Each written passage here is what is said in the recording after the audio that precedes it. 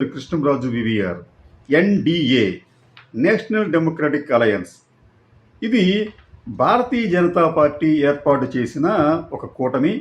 దీనిలో దేశవ్యాప్తంగా పలు ప్రాంతీయ పార్టీలు భాగస్వామ్యంగా ఉన్నాయి. ఆంధ్రప్రదేశ్కి వచ్చేటప్పటికి తాజాగా తెలుగుదేశం పార్టీ, అలాగే పవన్ కళ్యాణ్కి సంబంధించిన జనసేన కూడా ఈ ఎన్డీఏలో భాగస్వామ్యులుగా ఉన్నారు. ఈ ఎన్డీఏ భారతదేశంలో ప్రస్తుతం 20 రాష్ట్రాలు, కేంద్ర పాలిత ప్రాంతాల్లో అధికారంలో ఉంది. ఇంకో రకం చెప్పాలంటే దాదాపు ఉత్తరాది అంతా కూడా ఈ ఎన్డీఏ పాలనలోనే ఉంది. దక్షిణాదికి వచ్చేటప్పటికి ఆంధ్రప్రదేశ్లో ఎన్డీఏ అధికారంలో ఉంది. అయితే ఈ ఎన్డీఏ ఎదుగుతున్న వైనం, ఎన్నికల సమయంలో వారు అనుసరిస్తున్న పద్ధతులు వివాదాస్పదంగా మారుతున్నాయి. ఎట్ ఎనీ కాస్ట్ మనం అధికారంలోకి రావాలి అని వారు ప్రయత్నిస్తున్నట్లుగా విమర్శలు వస్తున్నాయి.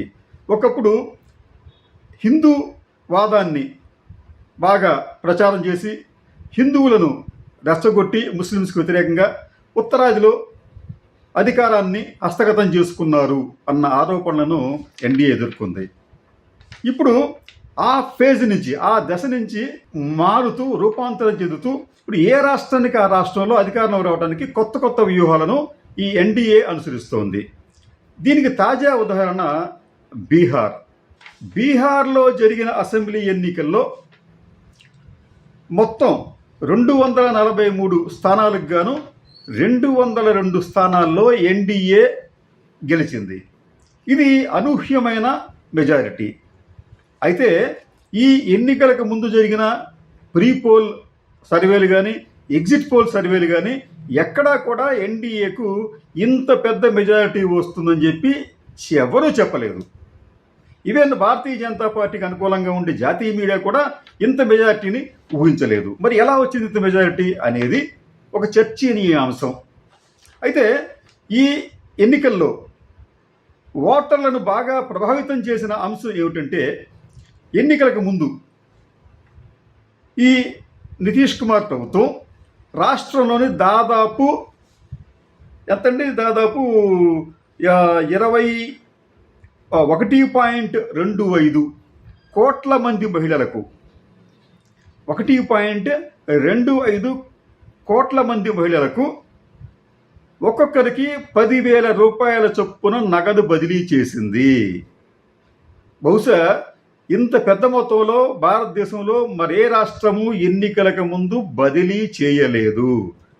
సరే, ఈ బదిలీ చేయడానికి అవసరమైన నిధులను ఎలా సేకరించారు? ఇక్కడే ఒక వివాదం నడుస్తుంది. సరిగ్గా పోలింగ్ కొద్ది రోజులు జరుగుతుందనగా బీహార్ ప్రభుత్వం అప్పటికే ప్రపంచ బ్యాంకు నుంచి సుమారుగా 14,000 కోట్ల రూపాయలు రుణంగా తీసుకుంది. ఆ రుణం యావత్తూ కూడా ఈ బీహార్లో నితీష్ కుమార్ ప్రభుత్వంలో ఎన్డీఏ కూటమి ఈ మహిళలకు నజరానాగా, బహుమతిగా 15,000 రూపాయల చొప్పున పంపిణీ చేసింది అన్నది ఒక ఆరోపణ. దీనిని జనస్వరజ్ అభియాన్ పార్టీకి చెందిన ప్రశాంత్ కిషోర్ ఈ ఆధారాలతో సహా దాన్ని బయటపెట్టారు. అంటే ప్రపంచ బ్యాంక్ దగ్గర నుంచి ఎప్పుడు వచ్చే నిధులు, వీటిని ఎట్లా డైవర్ట్ చేశారు, ఎంతమంది మహిళలకు ఇచ్చారని చెప్పే లెక్కలన్నీ కూడా ప్రశాంత్ కిషోర్ బయట పెట్టడంతో దేశవ్యాప్తంగా మరో చర్చకు ఒక తెరదీసినట్టుగా అయింది. ఎందుకంటే ఎన్నికలకు ముందు అధికార పక్షంలో ఉన్నవారు ఇష్టానుసారం నిధులను మళ్లించి ఈ ఓటర్లకు ఇవ్వటం అనేది ఎంతవరకు భావ్యం, దీనిని ఎన్నికల సంఘం కానీ, కోర్టులు కానీ ఎందుకు పరిశీలించటం లేదు, ఎందుకు అభ్యంతరం చెప్పట్లేదన్న ప్రశ్నలు కూడా ఉత్పన్నమవుతున్నాయి. నిజానికి ఈ మొత్తానికి మీద 21,000 కోట్ల రూపాయలను ఎన్నికలకు ముందు ఒక్కొక్క మహిళకు 10,000 రూపాయల చొప్పున నితీష్ కుమార్ ప్రభుత్వం ఇచ్చింది. దీని ప్రభావం అనేది ఈ పోలింగ్ సమయంలో బాగా పడింది. అందుకనే అక్కడ ఎన్డీఏ కూటమికి 243 స్థానాలకు గాను 202 స్థానాల్లో విజయం లభించింది అని ఇప్పుడు విశ్లేషకులు చెప్తున్నారు. అయితే విచిత్రం ఏంటంటే బీహార్ అనేది బాగా వెనుకబడిన రాష్ట్రాల్లో ఒకటి.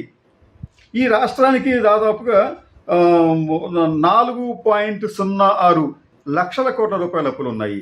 4.06 లక్షల కోట్ల అప్పులు ఉంటే వీళ్ళు వడ్డీ కిందే రోజుకు 63 కోట్ల రూపాయలు చెల్లించవలసి వస్తుంది. అంటే ఇంత పేద దేశం, ఇంత పేద రాష్ట్రం ఎన్నికల్లో ఏదో రకంగా విజయం సాధించాలనే తపనతో ప్రపంచ బ్యాంకు నిధులను సైతం మళ్లించడానికి సాహసించింది.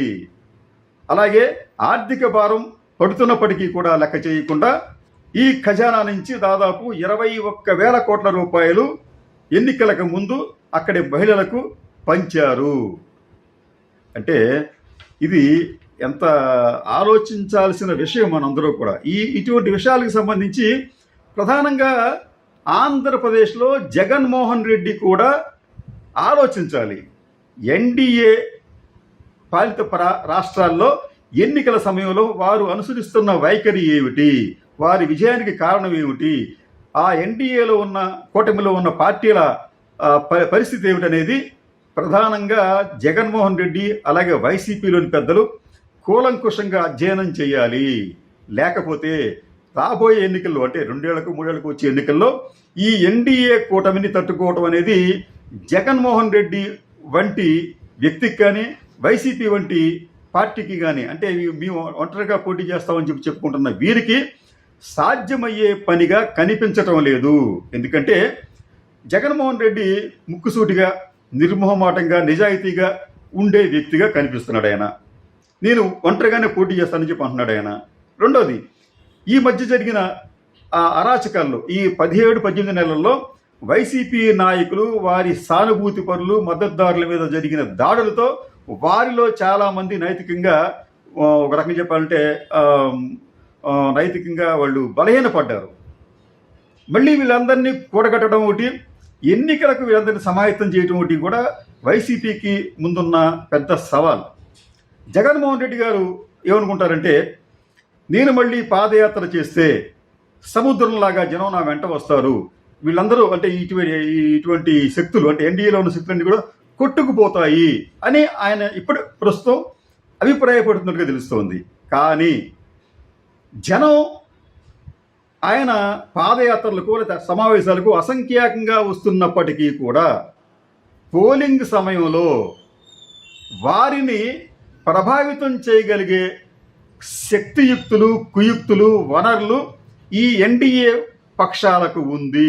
ఆ విషయం ఆయన ఎప్పుడూ కూడా గుర్తుంచుకుంటే ఆయనకు, ఆయన పార్టీకి కూడా మంచిది. ఎందుకంటే గత ఎన్నికల్లో అనూహ్యమైన, అంటే గత అసెంబ్లీ ఎన్నికల్లో జగన్మోహన్ రెడ్డి గారికి అనూహ్యమైన పరాజయం ఎదురైంది. ఆయన ఎవరు ఊహించలేదు. ఈవెన్ తెలుగుదేశం పార్టీ నేతృత్వంలోని ఎన్డీఏ కూటమి కూడా వారికి అంత మెజార్టీ వస్తుందని కూడా వారు ఊహించలేకపోయారు. అంటే దీనికి వారు అనుసరించిన విధానాలు అనైతికం కావచ్చు, లేకపోతే డబ్బులు కావచ్చు, ఏమైనా కానివ్వండి, వారు లేకపోతే విపరీతమైన ప్రచారం చేశారు. ఈ జగన్మోహన్ రెడ్డి ప్రభుత్వానికి వ్యతిరేకంగా ప్రచారం చేయటం, దానిని ప్రజలు నమ్మేలా చేయటం అనేది ఒక వ్యూహంగా పెట్టుకున్నారు. దాంట్లో సక్సెస్ అయ్యారు వాళ్ళు. అది మళ్ళీ వచ్చే ఎన్నికల సమయానికి జగన్మోహన్ రెడ్డి గారికి ప్రజాదరణ ఉన్నప్పటికీ, ఆయన పాదయాత్రలకు వెల్లువలా జనాలు వచ్చినప్పటికీ కూడా ఓటింగ్ సమయంలో వారి వైఖరులను మార్చే ఒక యంత్రాంగాలు, వ్యూహాలు ఎన్డీఏ దగ్గర ఉన్నాయి. మీకు ఒక ఉదాహరణ ఏంటంటే, తాజాగా బీహార్ ఎన్నికలే. బీహార్లో కూడా ఈ ఎన్డీఏకు అంత మెజార్టీ వస్తుందని చెప్పి ఎవరూ ఊహించలేదు. ఎన్డీఏ కూటమి కూడా ఊహించలేదు. అంటే ఈ మారుతున్న పరిస్థితుల నేపథ్యంలో వైసీపీ కూడా తన వ్యూహాలను మార్చుకోవాలి.